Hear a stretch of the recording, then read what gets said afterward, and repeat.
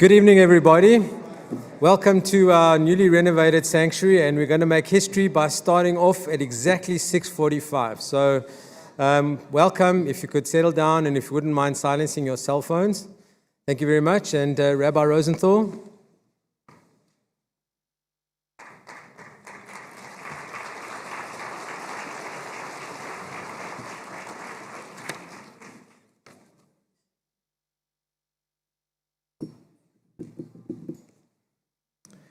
God created the universe with words.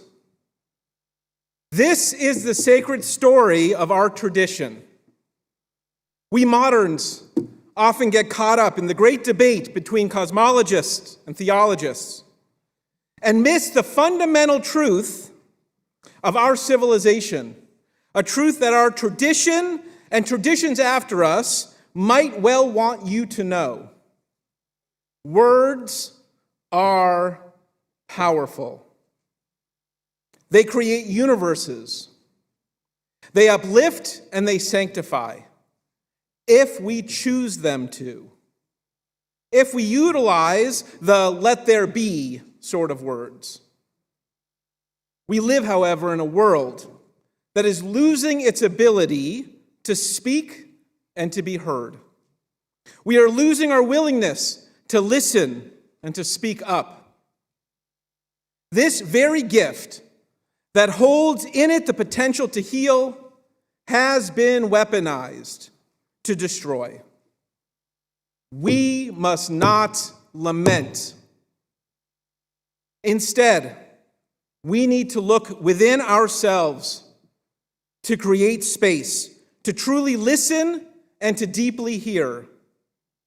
But this takes, as our great Jewish mystics used to discuss, a great tzimtzum, a great retraction of oneself, of one's ego, and of one's arrogance. But it is possible. It begins by knowing another great truth, and that is that you and I don't know. And you therefore must believe, because you don't know, that there is wisdom out in the world to be discovered, to be uncovered, to be reclaimed. Tonight we have the privilege and the honor to listen deeply to a conversation between two masters of words. The only thing in our way of hearing is our obsession to the delusional profundity of our own thoughts. Or as my favorite new bumper sticker says, don't believe everything you think. Tonight, we are invited on a journey of words. Listen, so that you might learn. And from there, we can create something wonderful. We thank Ambassador Eizenstat, his family, and Mr. Jon Meacham for this incredible program tonight. And I would be remiss if I didn't welcome you to our newly imagined sacred space, our sanctuary. It isn't yet complete, which is therefore your invitation to come back and see much, much more of it. Enjoy the evening.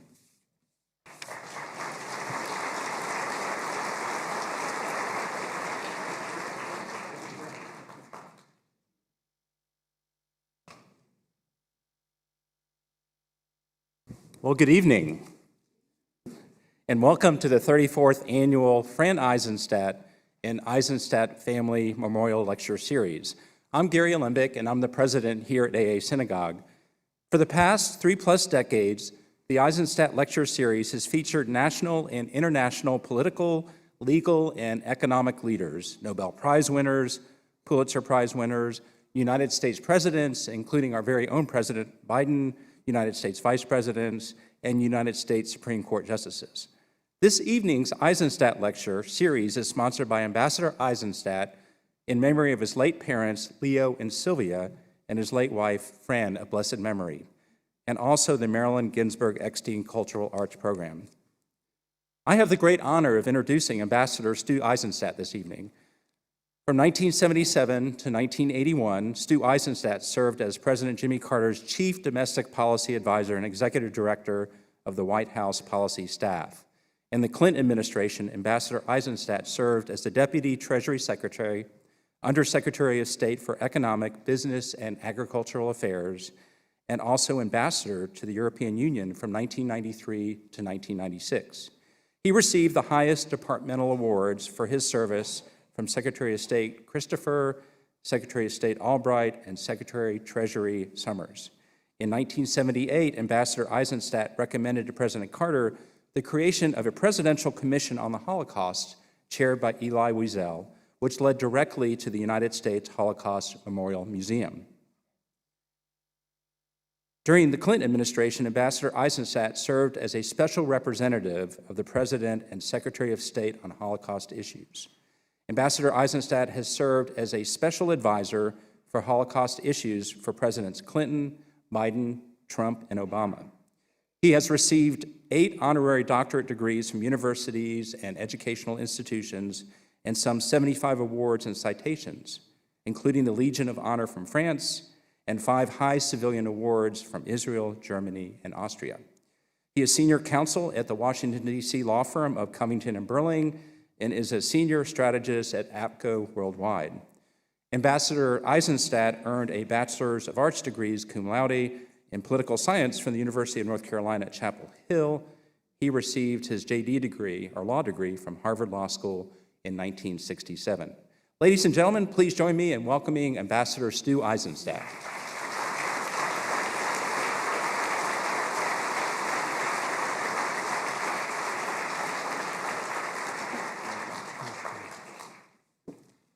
Gary, thank you very much, and welcome to everybody.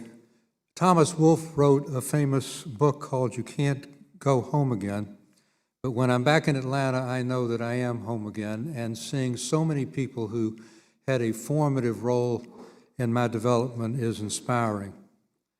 I'm very excited to bring Jon Meacham as our speaker for the 2023 Fran Eizenstat and Eizenstat Family Lecture at a synagogue in which I grew up and which has meant so much to me and my family for so many decades. Professor Meacham adds luster to a distinguished list of speakers, and I want to thank Barry Herman and the office staff, Chris Carr and the facilities team, Joe Jones and the security team, Dick and Barbara Planner and members of the host committee, and particularly Rabbi Rosenthal for all of their hard work to make this evening possible. Since 1987, I initiated this annual lecture series to honor my late parents, then my aunt and uncle, and finally my wonderful wife, Fran, of 45 years, who was a true Eshet Chayil, a woman of valor, a leader in the secular and Jewish communities. She was a champion of the disadvantaged in Atlanta and in Washington, working for the Children's Defense Fund, and as vice president of the Atlanta chapter of the National Council of Jewish Women, initiating the first Tay-Sachs screening program, which has been emulated around the country. She spread her wings internationally on the board of the American Jewish Joint Distribution Committee in New York, the premier Jewish organization dealing with Jews in distress around the world, including Holocaust survivors. Fran had a lifelong attachment to Israel, which she imparted to our 2 boys, Jay and Brian, and I am very honored also to have a partner, Marianne Lewin, who, along with her brother, is the only twin survivors of the Holocaust and who's with us tonight. Jon Meacham is the right person at the right time in our country's history and in the right place. Georgia, the home of the late John Lewis, the Carter Presidential Center, and of our 39th President, Jimmy Carter. He is America's premier presidential historian, writing more in-depth biographies than any single scholar. A Pulitzer Prize-winning author of no less than seven #1 New York Times bestsellers. About Thomas Jefferson, Andrew Jackson, Franklin Roosevelt, George H.W. Bush, Winston Churchill, and in his latest #1 bestseller called There Was Light, Abraham Lincoln and the American Struggle. Closer to home, Jon has written a moving history of our own late congressman from Atlanta and civil rights icon, John Lewis. Professor Meacham's breadth of activities is stunning. For example, he has a new book with Grammy Award winner Tim McGraw called Songs of America, which describes how music has united and shaped America.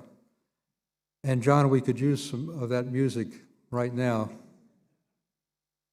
But beyond all of these accomplishments, he's also a ubiquitous and eloquent commentator on the challenges to our American democracy at a time of fierce partisan divisions and disillusionment with our own governmental institutions.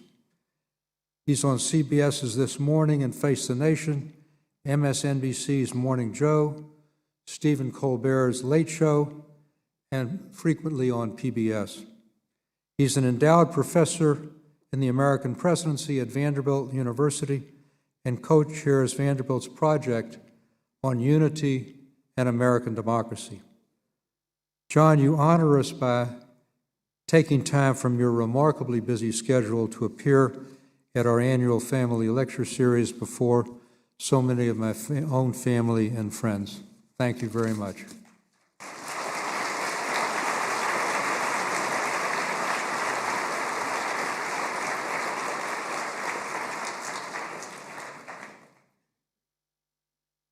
Because I may need just change the verbs to past tense so you can speak at my funeral. This is Jon's newest book about Lincoln.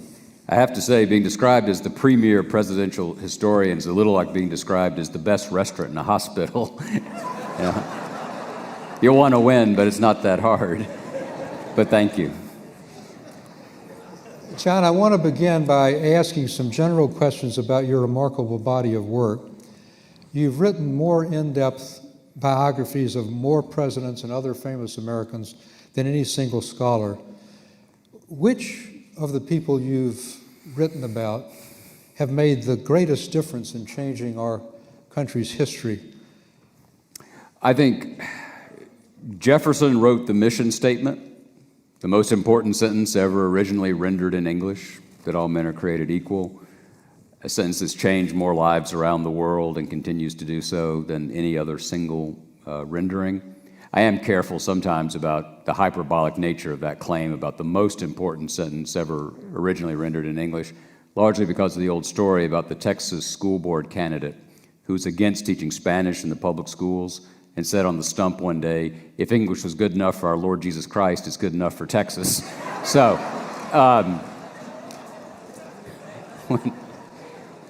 how that sounded, the original Aramaic, I don't know. But when George W. Bush was governor, I told him that story. He went, so that's pretty funny, asshole. Sorry, Rabbi.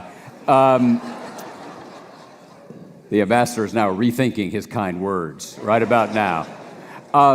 Jefferson wrote the most important sentence, and it fell to Lincoln to elevate the Declaration above the Constitution and keep this journey toward a more perfect union unfolding. The last great crisis, I think our own hour of crisis in democracy is, unfortunately, I fear has more to do with the 1850s than the 1930s. But when President Roosevelt became president on March 4th, 1933, that night he was like a good Episcopalian, which is not an oxymoron. We do try. There are only 6 of us left. Rex Tugwell, the great brain truster, came to him and said, Mr. President, if you succeed in solving the crisis of the Depression, you'll go down as our greatest president, but if you fail, you'll go down as our worst. And FDR looked at him and said, if I fail, I'll go down as our last. Right? He understood the stakes. I think that Roosevelt is in that pantheon as well. Thank you. You won the Pulitzer Prize for your book on Andrew Jackson called The American Lion. When you write a biography, it takes an enormous amount of time and energy. What was there about this early populist, Old Hickory as he was called, that fascinated you, and what do the politics and challenges of his time tell us about America today? I think Jackson was the most important American between the founding era and the Civil War, right? Between Philadelphia in 1787 and Sumter, Jackson's the most consequential figure, not least because he insisted on the extension of the suffrage to all white men, but broke a class barrier in that insistence. As ever, South Carolina was causing trouble. In Georgia, you'll probably say, thank God for South Carolina, right? I say that as a Tennessean, we say thank God for y'all.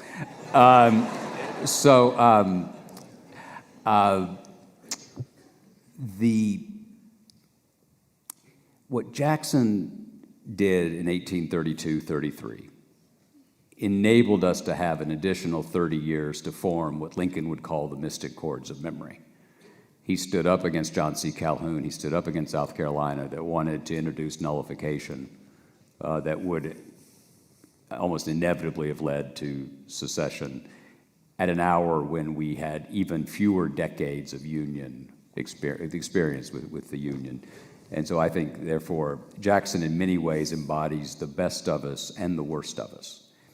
And parenthetically, I don't believe that it is right to expect a single historical figure to take on the sins of the whole world of that given era.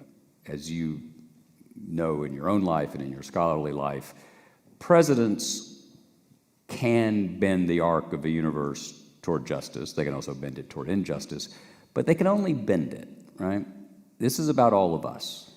They are products of the opinion. What they are able to do when they manage and marshal public opinion is what we end up talking about. But a democracy is the fullest manifestation of all of us. And so our habits of heart and mind matter enormously.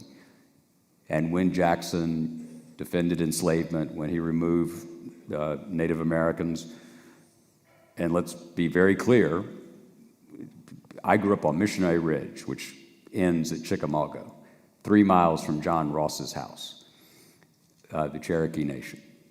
I don't need to tell anybody in Georgia about the Cherokee Nation or what Andrew Jackson did. We are all complicit in that.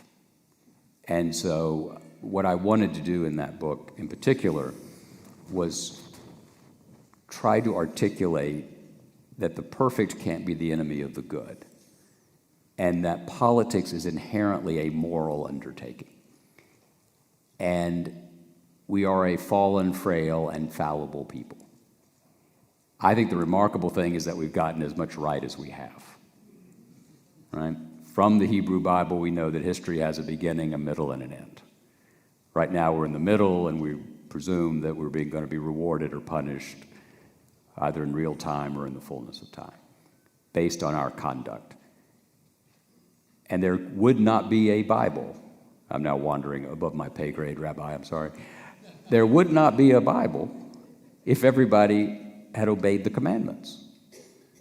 Right? If we all loved our neighbor as ourselves, they wouldn't have had to tell us to do so in Leviticus, and Jesus wouldn't have had to bother to mention it. Right? You don't put up traffic signs if everybody drives safely. And yet, if we don't see each other as neighbors, we're not going to make it. I have to quickly tell you a story about a mutual friend of ours. It's a very small category. It's called great tweets. It's like French military victories in the 20th century, right? Won't take long. But about 6 months ago, someone tweeted out that if Doris Kearns Goodwin and Mr. Rogers had had a one-night stand, I would have resulted. And I thought it was great.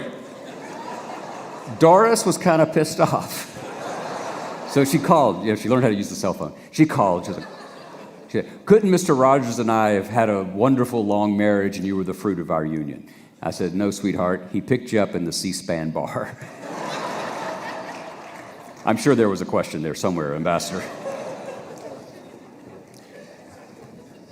So it's impossible. This is not a partisan environment and never has been, but we are talking about presidents, and inevitably we have to discuss our 45th. Yes. What is the enduring strength and also weakness of Donald Trump, and why is it that notwithstanding all the clouds that seem to hover over him, he maintains a fierce loyalty of a significant percentage of Americans? What does that say both about him and about our time? Stu, that is the central question of our era. It's the central question of this hour. I don't know if you all saw, the 45th president has been indicted by a New York grand jury. And as they say in my part of the Bible, judge not. We have a sequel. I don't know if y'all got to that part yet.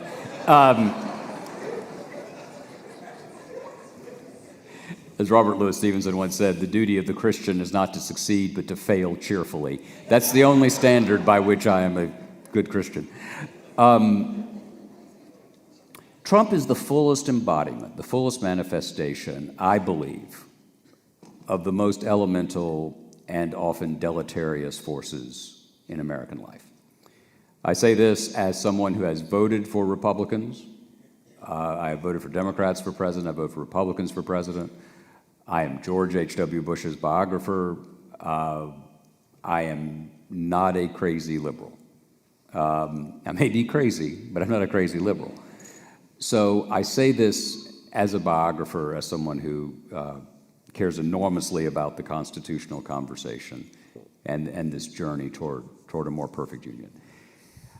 I believe that Trump rose to power, because of the political weaknesses of his opponent. As you know better than I do, presidential politics is not a referendum. It's a choice, right? Nobody came to the country and said, do you want Donald Trump to be president? It was, do you want Donald Trump or do you want Secretary Clinton? And in that moment, for a variety of reasons, with 70,000 votes across 3 states, which is a lot like 1960, a lot like 1968 if you'd switched one here or one there. And you all saved the Republic, by the way, twice. We're grateful. That was one. The other thing is he has managed to draw on and simultaneously exacerbate, I believe, exaggerated fears of cultural and racial dislocation. There are a lot of very anxious white people who apparently are very worried that they might someday be treated the way we've treated black people. It's like, no, I don't think so. Thank you, right? I'm a boringly heterosexual white Southern male Episcopalian, right? I'm incredibly privileged. I'm incredibly lucky. Things work out for me in this country. But the point of the country is that they're supposed to work out for everybody, right? And we're the ones who set the standard. We're the ones who founded a nation on an idea. We set the terms of the debate, and then we fell short of it, and then we get mad when people remind us that we have to live into these terms. He is incredibly effective at making people who don't want to be told what to think or what to do. The mask drama is the perfect case study of this, right? It was an expert, so we don't like that. It might not help, but we think it's going to help, and so wear it. And suddenly it becomes this, it's not an issue of science, it's an issue of culture. And politics is culture and economics at a fever pitch. So I think that as long as there is anxiety and fear, Aristotle defined fear as the feeling created by the anxiety, but the feeling created by the expectation of the loss of something you love. I want to say that again. The feeling created by the expectation of the loss of something you love. And Edmund Burke said, there is no emotion as unreasoning and as powerful as fear. It puts an incredible burden on someone like President Biden and those of us who believe in the country but recognize its faults. Incredible burden to tell a story of hope in the face of the forces of fear. Fear is a really good starter, to paraphrase Winston Churchill. It's not a good finisher, but it's a very good starter. What's going to happen? I think his numbers are going to go up. Apparently he's been indicted. He'll be booked at some point in the next few days. I think you will see his poll numbers rise because of what I just said. People don't want to be told that their hero is anything but heroic. And he's already fomented this idea that this is politically motivated, it's fake, it's been made up, and all that. To get out of this requires all of us. And I never thought I would say the following sentence, but I've made this argument now for 3 years. I actually believe that the durability of constitutional democracy depends on a few more partisan votes. I believe that, and I argued this explicitly in 2020 and last year, that the Democratic Party could lose its mind. It could exit the constitutional conversation and become captive solely to passion and make stands against the rule of law, but they haven't yet. It might happen tomorrow, but it hasn't happened today. It has happened to a party that for a long time I revered, the party of Eisenhower and Ford and the Bushes and Reagan. And if I have one more of my Republican friends, and as I said, I live in Tennessee, so when I say Republican friends, that's redundant, right? Unless I'm going to be a hermit, I'm going to have Republican friends in Tennessee. I can't listen to one more establishment Republican in a Peter Millar vest tell me that Trump's just going to fade. It's just not going to happen. This is not Brigadoon. It's not some world spinning around. We've got to do it. So you mentioned President Biden. His, notwithstanding significant accomplishments, his poll numbers are very low. How do you assess at the halfway mark his presidency? Oh, I think it's been a marvelous presidency, and he's my friend, as you know, and I help him when I can, so you should know that. Structurally, the latest numbers are like 38% approval rating. I don't actually believe that. I think it's part of the polarization. Here's a fun way of dorking out for a moment, but if you're here, you're dorking out. Hate to tell you, hate to break it to you, but we have pocket protectors out front. Little George Washingtons. 60% of Democrats voted for Dwight Eisenhower. 55% of Democrats in 1972 voted for Richard Nixon. It's just a different planet now. There are only 50% of the country who would be willing to say that if Joe Biden walked across the Atlantic Ocean and did not sink, only 50% of the country would be willing to say, hey, that's interesting. Right? So you have to adjust these numbers for a polarized era. And so I think, look, I think Afghanistan, which is where the numbers began to fall, was cataclysmic. I think that it was a misjudgment. I don't think it was a personal misjudgment on the president's part, but as John Kennedy told us, victory has 1,000 fathers and defeat is an orphan. And he was the responsible officer of government. I don't agree with a lot of democratic uppercase D policies. I just want somebody who's not going to storm the Capitol. I've got a pretty low bar here. I mean that. My son, who's 20 and therefore knows everything, thinks I'm too much of an institutionalist, that I don't care enough about particular policies. But for whatever reason, I do believe that. I want us to have an arena of contention where we win humbly and lose graciously, where we manufacture consensus to solve given problems for a particular period of time, and then we do it again until what William Faulkner called the last red and dying evening. I think that's what we should do. And what the 45th president tried to do was end that conversation, close down that arena. And it's a global problem. Stu's forgotten more about this than I know, but look at Hungary. Was this a good week for democracy in Israel? I don't think so. May work out okay, but that's troubling. Zelensky is fighting the largest land war since the Second World War in an elemental conflict of autocracy versus democracy. And I don't need to tell anyone here the price of appeasement. So, John, I'm trying to figure out, and I think maybe a lot of us are, we had a situation in which Barack Obama, a black American, won a lot of white votes.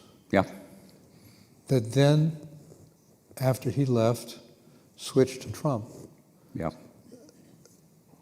What is it? Was he somehow a symbol of hope that was then dashed? Why did people make that remarkable transition? It is amazing, isn't it? I want to meet those people.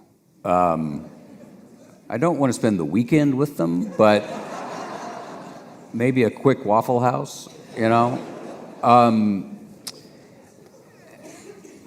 I think it's a sign of it's interesting because it seems, what I'm about to say seems to undercut my argument a moment ago about polarization, but I actually don't think it is, because you're talking about a narrow slice of folks, but in a nation this polarized, that narrow slice of folks becomes dispositive, right? And so what I think it was remember, Obama's running. McCain and Obama are fairly close in the polls until about the 22nd of September 2008. It was that 900-point day, right, when everything fell apart in the economy. And at that point, things were pretty much done.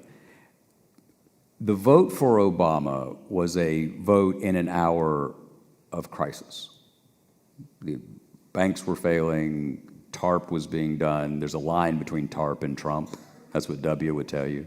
When he bailed out the banks and nobody went to jail in 2008, that fed a populist backlash. And so it was a vote for change.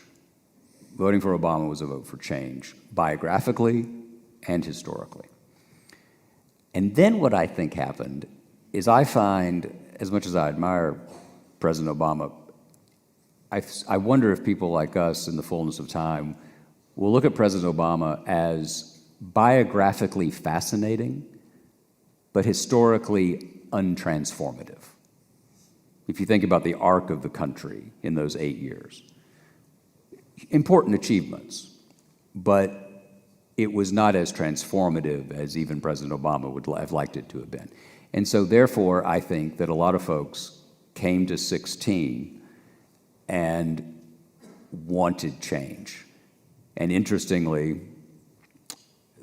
being the first female president wasn't big enough. And we have literally proven in this country that we will send anyone to the White House except a woman. Think about it. Literally anyone. So let me then go to the work you're doing at Vanderbilt. Yeah. You had a project on unity and American democracy, And your own Vanderbilt Unity Index shows a clear decline from 1981 to today's very low levels of unity. I think it's when you left the White House. We left involuntarily. I remember that, yeah. Is our era of hyper-partisanship really that much different, as a historian, from what we saw early in our republic with Hamilton versus Jefferson? John Adams refused to attend the inauguration of Jefferson, the run-up to the Civil War, Reconstruction, McCarthyism, Vietnam, the Civil Rights Revolution. All of these have been wrenching historical situations. So are we actually in a unique situation with our hyperpartisanship today, our disunity, or is just the continuation of a thread that's run through American history? So you have just succinctly put what I think about all the time. I'm a lot of fun to hang out with, as you might imagine. So I wrote a book 5 years ago, amazingly, called The Soul of America. Soul, as you all know, in Hebrew and in Greek, meaning breath or life. When God breathes life, and I'm looking at the rabbi to make sure I got this right, when he breathes life into mankind, it can be translated as soul. In the New Testament in Greek, when Jesus laid down his life said he could lay down his life for his friends, life can be translated as soul. I think the soul of the country is that arena of contention between our worst instincts and our better angels. And if our better angels win out 51% of the time, that's a heck of a good day. Now, y'all are better people than I am, though that's a low bar, so don't get cocky. But I know in my life that if I do the right thing just over half the time, that's a pretty good day. And so the life of the Republic, I think, is the same. History is organic. Democracies are human enterprises that are not clinical. I think that's it. We have the rule of law to try to encourage us to do the right thing. Sometimes it works, sometimes it doesn't. Again, we had to do 10 commandments because people weren't exactly doing what they should do. The Constitution's the same way. I thought for 5 years, 6 years, as you were laying out, that where we have been was a difference not of kind, but of degree. That is, that there are elemental forces of selfishness and greed, of self-regard, of tribal defensiveness, that ebb and flow in the American experience, because they ebb and flow in the human experience. And if we had been here 100 years ago, in 1923, here's what would have been unfolding, right?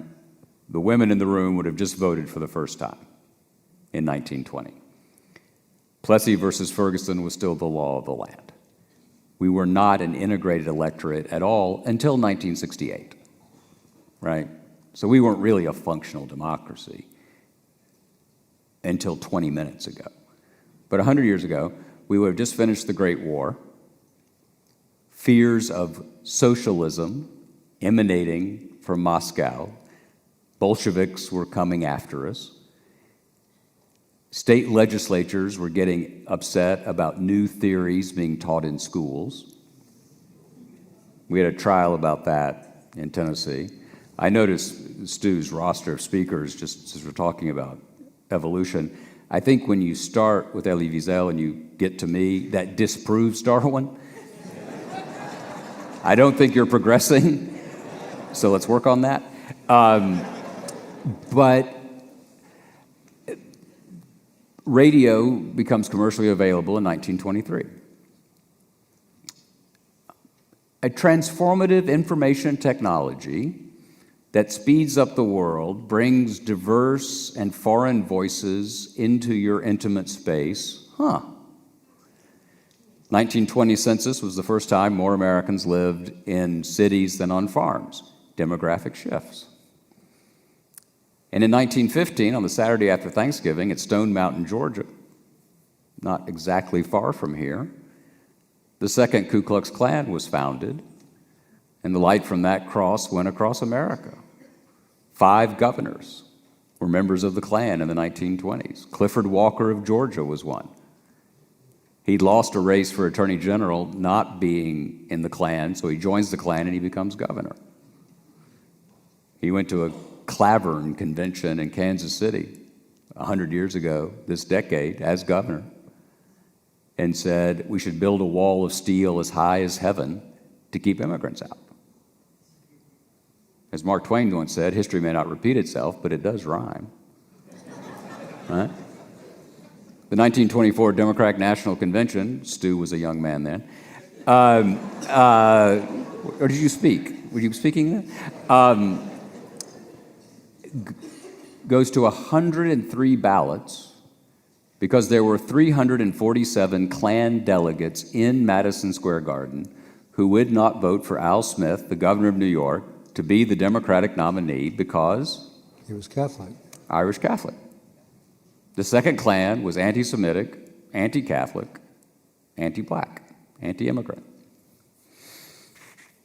So, demographic changes, shifting technology, global economy, fears of socialism. The Scopes trial was the first kind of 24-hour news story. Live radio reports from Ray County, Tennessee. It was red versus blue before we used that term. And so that was my intellectual, historical view of Trumpism until January 6th. Because even Jefferson Davis didn't get that far. And so that's where I think it's different. And I think that, and even what I just said about, and as Stu is saying, these issues are incredibly familiar, but just because they happened before doesn't mean they're not happening now. And each generation faces this test. And I'm very concerned that we're not meeting the challenge. So we are facing a resurgence of ultranationalism, xenophobia, anti-transgender, racial rhetoric, but also a resurgence of anti-Semitism. And let me be personal for a minute. And obviously something that this audience, although it's a mixed audience, many people are concerned about. When I was ambassador to the European Union, which was not light years ago, in the Clinton administration, my late wife and I went around Europe, as I was obligated to do as ambassador to the EU, and we could always tell, John, where the Jewish institutions were, synagogues, day schools, community service, because they had police guards and concrete barriers. And we said to each other, thank God we don't have to worry about that in the United States. Now here we are in 2023, and with the Tree of Life and Powah and so forth, there's barely a synagogue on a Shabbat that doesn't have a police guard outside. So this is all part of this whole melange of things we've been discussing. Mm-hmm. Why, after we've been so well integrated, after Jews have made so many contributions, and by the way, which is not just Jews, the attack on Asian Americans who have made such amazing contributions to this country, and African Americans. I mean, I grew up not far from here. I went to Grady High School. I played on a basketball team that was all white. We never played a black student. Now we watch on television and black athletes, we're more integrated, and yet we seem to have a resurgence there as well. So is anti-Semitism part of this? Is it distinctive? And why now? I think it is. We are living in an hour when there is both evident to our eyes and sometimes hard to see. There is a machinery of hate, of dehumanization. The other is the problem. Your problems are not because of the fates. They're because of George Soros. Your problem is not because there's some bad luck. It's because the black guy is going to take your job. And to add to this, which is related, if not exact, a mile from my house on Monday in Nashville, 3 9-year-olds and 3 people charged with protecting them were shot to death. My daughters, whose school was half a mile from their school, went into lockdown. Something we didn't do. And I just look old. I'm not that old. My daughter asked me on Monday night to explain the gun debate. And I went into, Morning Joe mode and said, well, this has to do with one of the last acts of the Great Society was the 1968 Gun Control Act, which helped lead a changing culture of the NRA to move from marksmanship to more political. And she was just like, she said they were 9 years old. They were 9 years old. The synagogue in Squirrel Hill, Tree of Life. Innumerable examples. The tragedy is it's not even like the civil rights movement where we can say freedom rides, Selma, Memphis, right? Because it's not a contained story. And it's not a contained story because there continue to be forces that feed fires of irrational evil. And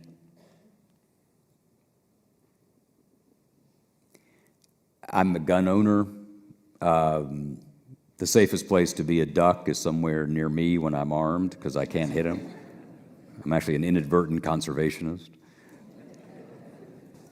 So I'm not a lefty on these issues, but there is not a single reason in the world to sell military-style weapons in a civilian population. It's just not. And I was teaching my class at Vanderbilt virtually this afternoon, and it was the first time we'd met since they had a test on Tuesday, since the shooting in Nashville. And I said, and I hadn't planned to say this, but it just came out. I am humiliated at the failure of my generation to render schools safe from militaristic weapons. Now, if you're a, NRA person, you'll say, well, it's not the weapon, it's the shooter. Well, no, it's sort of both. And by the way, let's stop calling them shooters. Let's call them killers. I'm tired of this shooter thing. It's just, it's like saying you're a driver. I mean, it's not it almost makes it a normal activity. Stu, it's a long-winded way of saying I don't know why, except that in almost all of these cases, you can find, if you're patient with the reconstructions, if you're patient with the story, you will find that at some point, these people who commit these crimes have had contact with some kind of propaganda and some kind of bile. And I was thinking, when you started thinking that, my mind went to Timothy McVeigh, because we're coming up on the anniversary of Oklahoma City. And remember, he was a devotee of the Turner Diaries and the Protocols, funded by Henry Ford in that decade of the 1920s. So, one of the things we haven't discussed, you did mention the advent of radio, but the role of social media. Yeah. The ADL study just in the last couple of weeks indicated in the space of only 3 years between 2019 and 2022, the percentage of Americans doubled to 20% who believe in at least 6 anti-Semitic tropes. Jews have too much power and so forth. What role in all of this divisiveness and disunity has social media played? The sort of unvetted listing of so-called facts. It is certainly correlated, and it may be causative. But there's no question. You know, 2 generations ago, if you had crazy people trying to spread the word about something, they had to have a mimeograph machine and a mailing list. Right? Remember the Birchers? They'd hand those blue things to you. You'd smell them. It kind of gave you a little rush. Clearly, they had smelled it too much. So it was harder to get the word out. Now it's as easy as it can be. I had a student, as a daughter of a friend. I think she's at Princeton, which we think of as the Vanderbilt of New Jersey. I went to Sewanee, which, for those of you who don't know it well, it's best understood as a combination of Downton Abbey and Deliverance. So that's different. But she was doing a thesis on free speech on campuses. And she said, you know, are you a purist about this? And I said, I'm actually not. Because, and this is in answer to your question, if you have some white supremacist who, you know, thinks they should be invited to a campus to speak, if you don't invite that white supremacist, it's not as though you are silencing the white supremacist. Because there is now, you can speak with this to audiences larger than Cronkite could ever have imagined. And that people who run institutions have curatorial responsibilities. And that, you know, that gets you into cancel culture and all that. And I've been canceled by Baptists. And actually, I wasn't canceled, I was postponed, which wasn't anywhere near as dramatic. But I'd spoken at a Planned Parenthood event in South Texas. And I'd been invited to a Baptist school in Alabama. And there was a protest. And so the poor president, you know, had to sort of postpone me. But it doubled my audience, right? Free speech is not absolute. But social media has made it as close to an absolute accessibility to the marketplace as you can possibly imagine. And so I think it has increased the speed, the metabolism of hate and disinformation. And one of the things I do when I'm honored to give commencement speeches, you know, the kids are always hungover, so they're not paying any attention. But the grandparents love me, which is my demo. Present company, of course, excluded.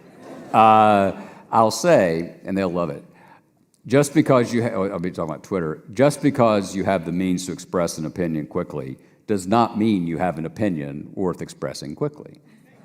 It's just not. And so I think that it has reduced, I think one of the things it's done is it's, for non-crazy people, it's made us a little crazier because we have the means to just say what we're thinking right then, even if it's not worth saying. And if you are a malevolent actor, you turn on your phone and you have access to the whole world. And so I think that's a big part of it.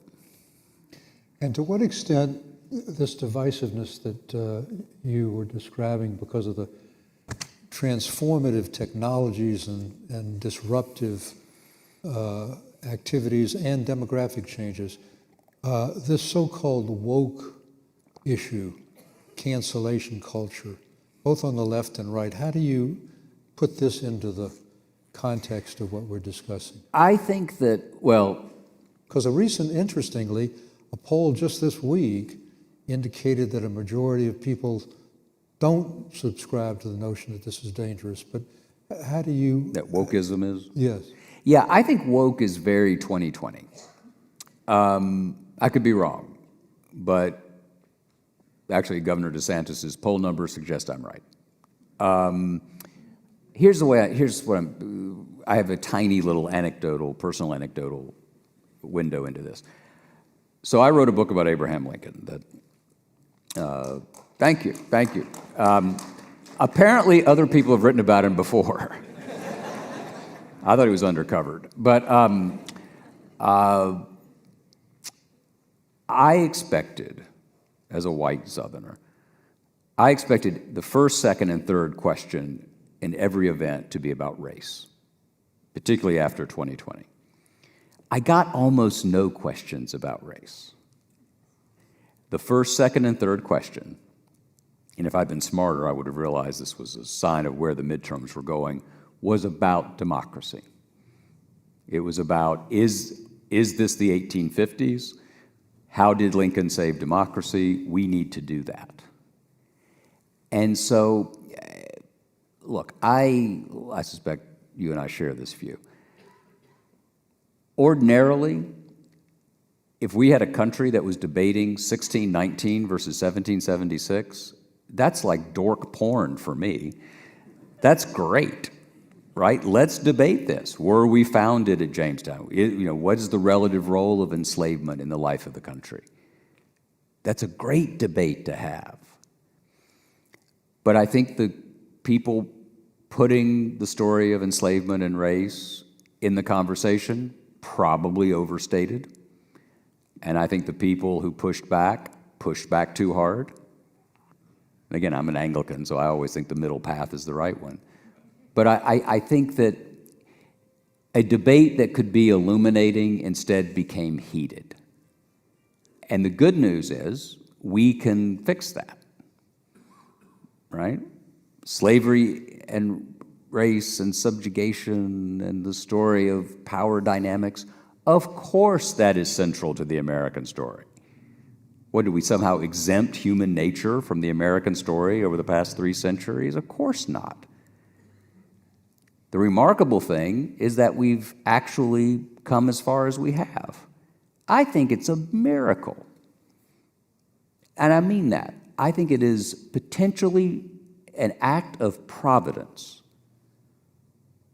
that we have not had an autocratic threat as real and tactile and immediate as the one we're facing now, until now. The founders would be stunned that it took this long. In Abraham Lincoln's first major public address in 1839 to the Men's Lyceum of Springfield, Illinois, he talked about America's political religion, that the political religion had as its fundamental text, its Torah, was the Declaration of Independence. It gave us a guide and a standard. We had apostles, prophets, and martyrs, the founding fathers, whom Lincoln called the men of iron. And the story of the country, like the story of the people of Israel, was the story of a band of people sometimes achieving the law, sometimes fulfilling the guide and the guidance, and sometimes falling short. But the central claim of that political religion is that the degree to which we made real the promise of the Declaration would define our success as a nation. And he said in 1839 that if a dictator or a tyrant were to bring down the Constitution, it would not be from an overseas foe, but a towering genius rising from among our number. 1839. So this is an hour of reckoning for citizenship. I was born after the Civil Rights Movement. Like most white Southerners born after the Civil Rights Movement, I'm convinced I would have been Atticus Finch of the first novel. But the truth is, if everybody who thought they were going to be Atticus Finch of the first novel, if they had been, we wouldn't have had all the problems we did. So I probably would have been complicit. Don't know. My family was sort of moderate to good on the issue, but probably more moderate than good. So I certainly probably wouldn't have been any better. So I don't know where I would have been then. But I know what the stakes are now. And I want to be on the side of the Constitution. So John, and it's a sign of something that's an applause line, right? I mean that. It's remarkable. If I had sat here, in 1980, when you came back from Washington, and I said that, you would have looked at me as if I were crazy. But that's where we all are. Sorry. So we have a situation where substantial percentages of both Republicans and Democrats feel, but for different reasons, that there is a threat to democracy in this country. Is there a genuine threat? Are we at an existential moment? Yes. And I use that terminology all the time, existential crisis. I'm reminded of the Jack Nicholson moment in A Few Good Men when Tom Cruise says, "Was it grave danger?" And Nicholson said, "Is there any other kind?" So I feel better about it than if we'd been here in October of 2022, right? And your Secretary of State is a hero of democracy. I don't know him, never met him, but Stu knows this, I know this, there are people in the room who know this.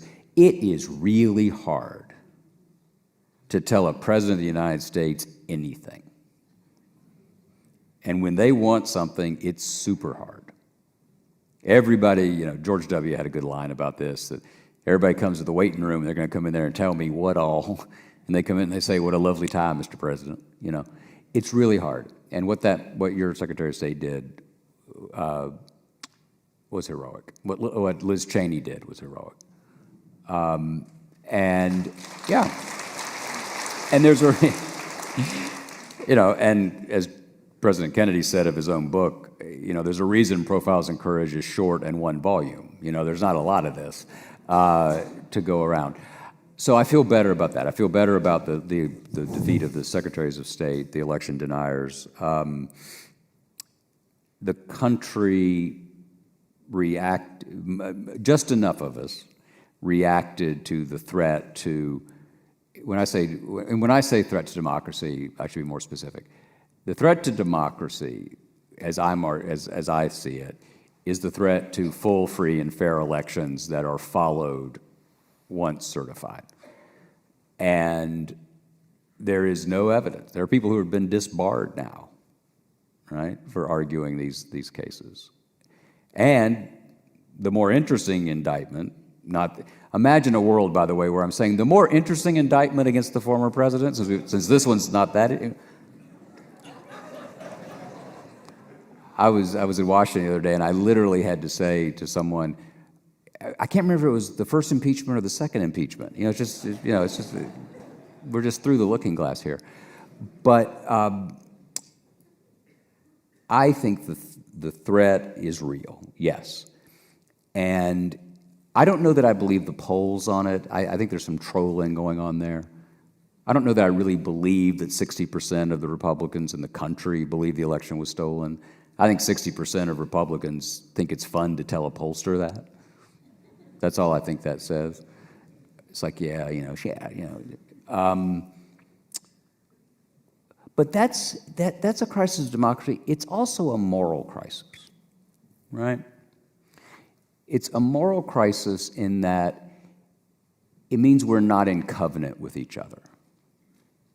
It means that we are at war with each other. Democracy is about covenant. It's about, I'll extend a hand for you in the morning in the expectation that you'll extend a hand to me in the afternoon. Right? So it's not entirely about virtue. It's also about self-interest. And I worry that covenant it's certainly fragile and it may be broken. And are there ways to restore that covenant? I do. I think that we can decide to. I think it's a choice. We have chosen to be this divided. We really have, right? When we wake up, not all of us, but when strongly partisan people wake up, they're making a choice to vilify the other, to dehumanize the other. And so in our history, we have changed our minds about groups of people. We've changed our minds about who is part of we the people. And so, yes, I think it can change. But I think and this is what's thrilling and terrifying. It's thrilling because it's up to us. And it's terrifying because Jesus, it's up to us. Nobody else is going to do this. This is my Peter Millar vest point, right? There are many, many establishment Republicans whom I love who just think that some meteor is going to come and save them. And it's just not going to happen. And if the meteor comes, they'll blame Biden or Harris. So let's move internationally. We have a unique period in history now in which there is a rise of China, an autocratic country which has made enormous strides. I mean, I was in the cabinet room when Deng Xiaoping came to meet President Carter, and we normalized relations. And they've moved hundreds of millions of people out of poverty. Mm-hmm. They've now become the second largest economy in the world, challenging us at every front, militarily, economically. The remarkable brokering of some thaw between Iran and Saudi Arabia. You, as a historian, is it inevitable that there'll be a clash between our democratic model and this new authoritarian model? And is there a way of managing the relationship to avoid that clash? I don't believe that this is, I disagree with my friend, probably our friend, Graham Allison, at the Kennedy School, who has forgotten more about the Cuban Missile Crisis than Khrushchev ever knew. He knows everything about it. But he's written a book arguing that basically a war with China is inevitable because of the historical forces. I think that you put your finger on, as you say, the global expression of the forces we're talking about. Let's just stick to the 20th century. We know that democracies tend not to go to war with each other. We know that trading nations tend to trade and not fight. We know that autocrats, driven by either racialized or nationalized or both visions of the world, can wreak untold havoc and tragedy. And the lesson of the 20th century is you confront them and you do not appease them. And managing people is different than appeasing them. And I do believe personally that based on just a layman's reading of this, that China, the China challenge can be managed that way. I am less confident about Putin. As we sit here, we're sitting here on an amazing day, right? A former president of the United States has just been indicted for the first time in the history of the office since April 1789. It's also, if the reports are true, the fact that the former Soviet Union, as embodied in the Russian government, has pulled out of the last great notification nuclear treaty signed by President Reagan, in which now Russia has decided not to tell us about testing or anything else. And they have taken a journalist, they've imprisoned a journalist today. So you could argue that relations with Russia, as we sit here on a lovely evening in Atlanta, haven't been this bad since the early 1960s. So let's step back. What is it that we can learn from the past, our past standoffs against Moscow, in this one? We won the last one because of a sustained, supra-partisan effort from a Democratic president in Truman to Eisenhower to Kennedy, Johnson, Nixon, Ford, Carter, Reagan, Bush Sr.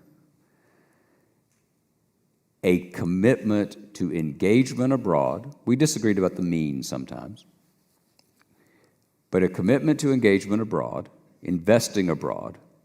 We fought on a supra-partisan basis against isolationism. We didn't talk about not giving a blank check to stand up against aggression. And we framed it in moral terms. And Stu has written a marvelous book about President Carter, but one of the, and one of the things that I think is worth more presidential observers paying attention to is we often think of Carter and Reagan as these implacable foes. But they were both moral actors. President Carter, as the architect of human rights, as an instrument of policy, and President Reagan as a remarkable communicator of a moral vision of the stakes of the hour. And those two things helped work together to make the case that democratic, lowercase d, values should prevail over autocratic ones. And so in November 1989, the wall comes down. Christmas Day 1991, the Soviet Union ends. We're back in this place because of elemental human forces. Vladimir Putin saw something he wanted, so he has gone to get it.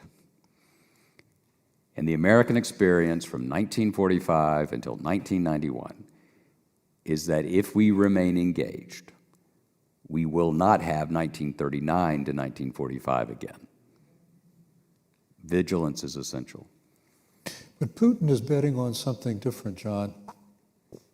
He's betting, and I'm wondering if that bet will pay off, that regardless of the huge losses they're sustaining, that if he sticks to it long enough, he'll divide the West, and that we will lose the desire to continue to fund Ukraine. And you can already see that now in the results of the midterm elections, where there is a growing feeling on the right that this is a border dispute.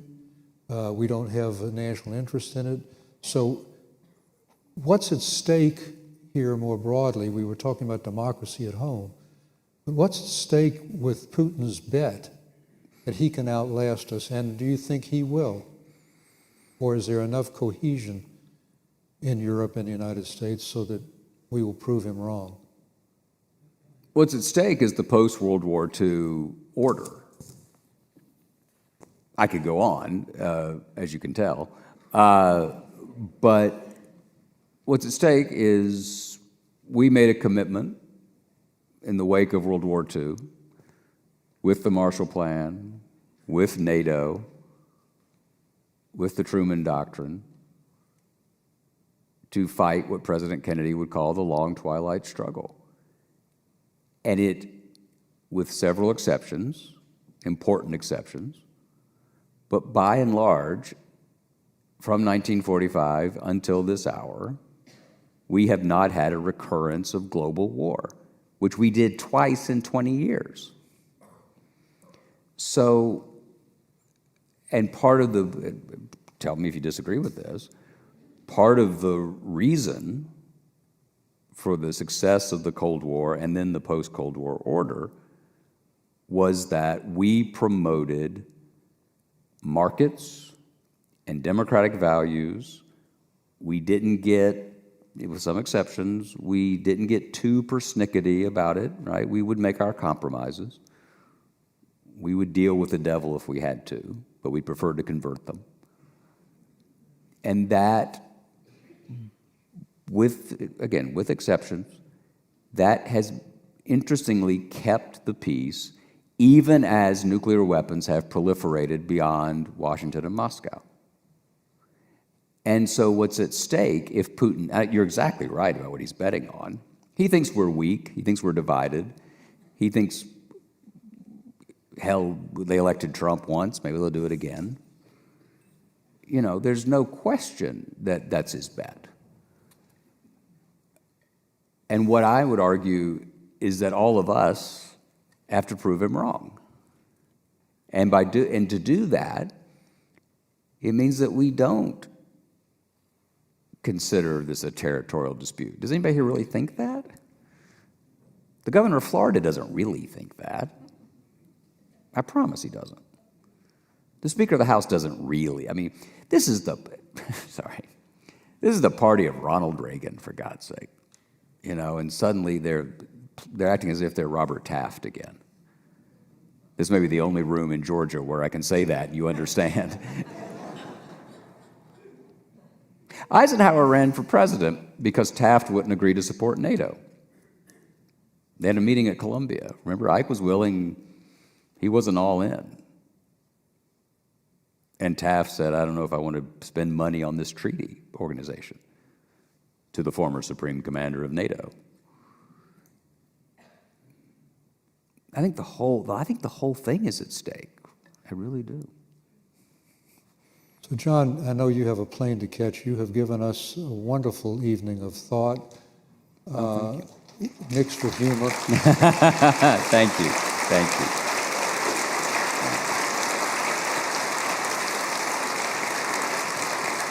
You've proven the old Southern adage that I heard, you have to laugh to keep from crying. That's exactly right. You know the old line that Adlai Stevenson said after he lost the second presidential race to Eisenhower. It's an apocryphal story ascribed to Lincoln. He felt like the 8-year-old boy who stubbed his toe. He said, I'm too old to cry, but it hurts too much to laugh. So. But thank you for a wonderful, wonderful evening. Thank you, Mr. Ambassador. Thank you. Great. Thank you. I'm going to let you sign this Yeah. Okay, you do. Thank you. You've already done it. Great. It's Okay. Thank you. I hope we didn't lose any parishioners.